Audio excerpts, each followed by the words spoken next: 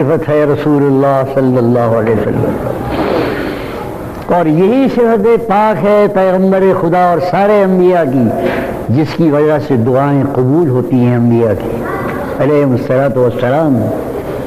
نبی بہت بڑا درجہ ہے نبی کا، اللہ کا پیارا ہے نبی، پیارے کی دعا قبول کرتا ہے اللہ، لیکن اس دعا کی قبولیت کی جو حکمت ہے وہ کیا ہے وہ بتا رہا ہوں میں آپ کو۔ وہ دعا ہے محمد الرسول اللہ کی، اللہ قبول کرے گا۔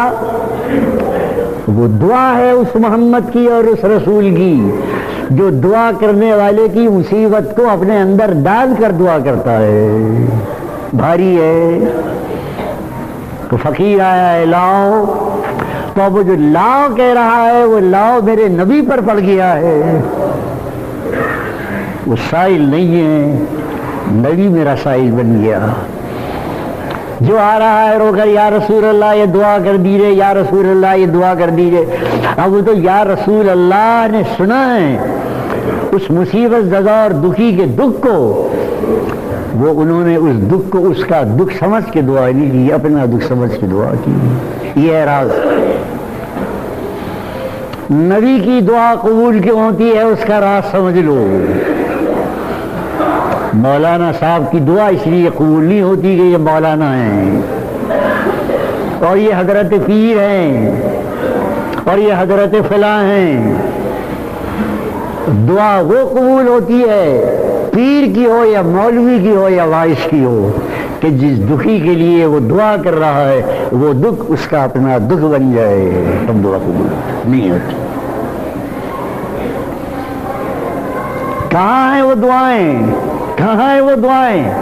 میں کہا کرتا ہوں اللہ اکبر اللہ اکبر اللہ اکبر۔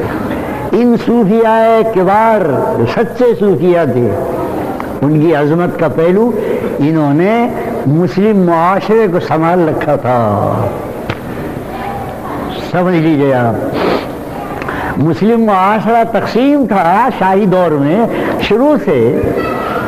ایک درویش آخری علی مرتضیٰ تھے، وہ حکمراں بھی تھے وہ درویش بھی تھے۔ پھر اس کے بعد حکمرانی اور تخت شاہی پر کوئی درویش نہیں بیٹھا، اہل دنیا بیٹھتے رہے۔ آخری درویش تھا پہلا درویش ابو بکر سرکار کو چھوڑیے تو جامع، اور آخری چوتھا درویش علی مرتضیٰ۔ اور پھر جو آتے رہے تخت سلطنت تو اہل دنیا آتے رہے، بھائی یہ آیا ہے ضرورت مند دے دو اسے 2000 روپے، یہ آیا ہے ضرورت مند دے دو اس کو، بیت المال قوم کا تھا دے دو، بس یہ تھا۔ ایک پیغمبر کی دعا کا اگر کوئی بدل ہے تو ان صوفیاء کی دعائیں بدل ہیں کہ جو صوفیاء کرام دوسروں کے دکھ کو اپنا دکھ سمجھ کر اللہ کے آگے گئے، یہ ان کے سماج کو سنبھالا ہے۔ صوفیاء قوالی کو دیکھ کر صوفیاء کا نام لے لو، اور عرسوں کو دیکھ کر صوفیاء کا نام لے لو، اور ان کے مقبرے وہ شاندار بن گئے نام لے لو، یہ ان غریبوں کا قصور ہے۔ اگر مقبرے شاندار بن گئے تو ان کا قصور ہے، اگر عرسوں پہ میلے رکھ رہے تو وہ کہہ کر گئے تھے۔ ارے صوفیاء کو کون چھوڑ سکتا ہے، کون چھوڑ سکتا ہے؟ جنہوں نے 800-900 برس ہندوستان کے حساب سے لگا لو مسلم معاشرے کو سنبھالا ہے۔ تقسیم تھی، معاشرے کے 2 حصے تھے، ایک دولت مند تھے، جاگیردار تھے، زمیندار تھے، بادشاہ تھے، بادشاہوں کے خاندان تھے، اور ایک طرف وہ عام مسلم معاشرہ تھا جس میں غریب تھے، مزدور تھے، کھیت مزدور تھے، بیل گاڑیاں ہانکنے والے تھے، ان جاگیرداروں کے ہاں خدمت کرنے والے تھے۔ یہ معاشرہ بڑا تھا، وہ جاگیردار مٹھی بھر تھے۔ اس غریب مسلم معاشرے کو سنبھالا ہے ان صوفیاء کرام نے۔ اس پہلو کو دیکھو تم، یہ جو آتے تھے دکھی، شیخ دعا کر دو یہ نظر ہے، یہ بادشاہوں کے پاس نہیں جا سکتے تھے، یہ جاگیرداروں کے پاس لے آتے تھے.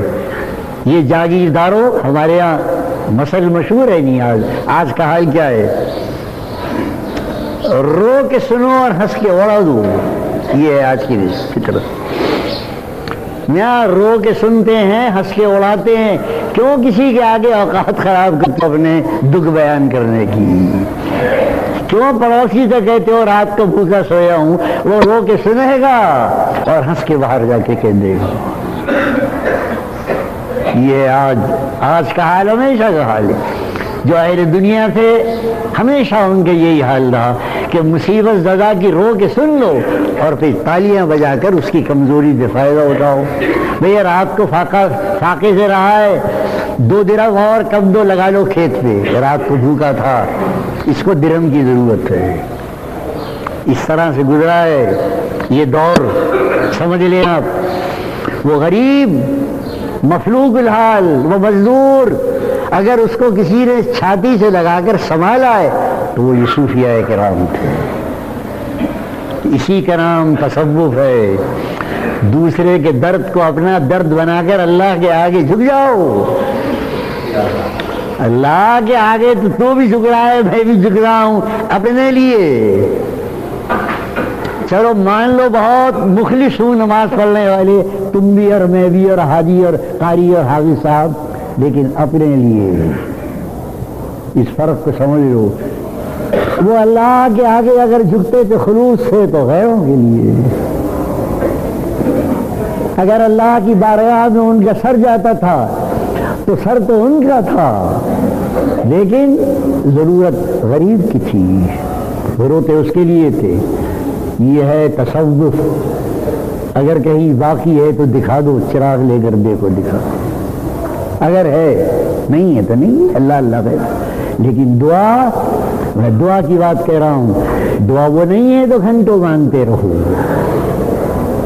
سر سید صحیح کہہ گئے، میں رائے سے ان کی متفق ہوں. وہ یہ کہتے تھے کہ دعا کا اثر اس نظام عالم پر نہیں پڑتا. دعا تو اللہ کا حکم ہے، عبادت ہے، کرتے رہو، لیکن دنیا میں ہوگا وہی جو اللہ نے مقرر کر دیا ہے. یہ سر سید کا فلسفہ ہے. ہمارے علماء نہیں مانتے اس کو. وہ کہتے ہیں دعا اگر اللہ تعالیٰ قبول کرے گا تو نظام عالم بدل سکتا ہے. اللہ ہی نے بنایا ہے، اللہ ہی بدل دے گا اس کو. تقدیر اللہ نے بنائی اور اللہ کے ہاتھ میں مہرہ ادھر سے ادھر کر دے، اس کے لیے ممکن نہیں، ناممکن نہیں ہے. لیکن سر سید کہتے نہیں ہے. وہ ٹھیک کہتے تھے بھیا. کیوں؟ وہ دیکھ رہے تھے کہ اب کون ہے دعا کرنے والا. یہ تو ایک رواج ہے دعا کا. کہاں ہے دعائیں؟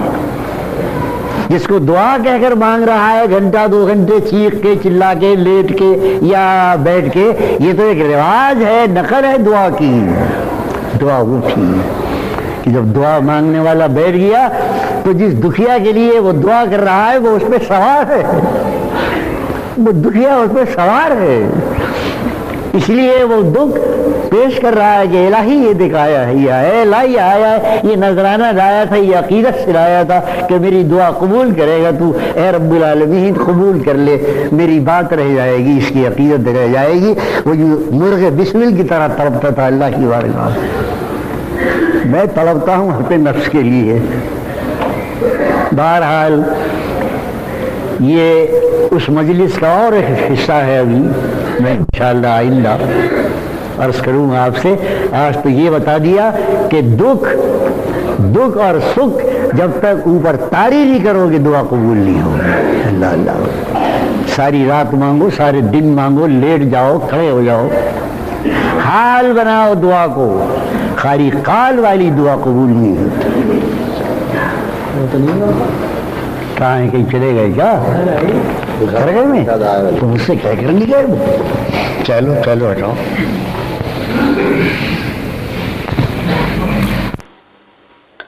بیان مفسر قرآن حضرت مولانا سید اخلاق حسین قاسمی دہلوی مدرسہ حسین بخش بروجمعہ 24 مارچ سن 2000. موضوع دعا کی قبولیت کے لیے صوفیاء اکرام کا حال جاری کرنا. حضرت محبوب الہی رحمۃ اللہ علیہ کی مجالس کے تذکرے، audio cassette, audio C D, Muhammad Sadiq, phone number 9899 63 47 68، ٹیکنیکی تعاون سہیل حسین ڈاکٹر عقیل احمد، قسط نمبر 1۔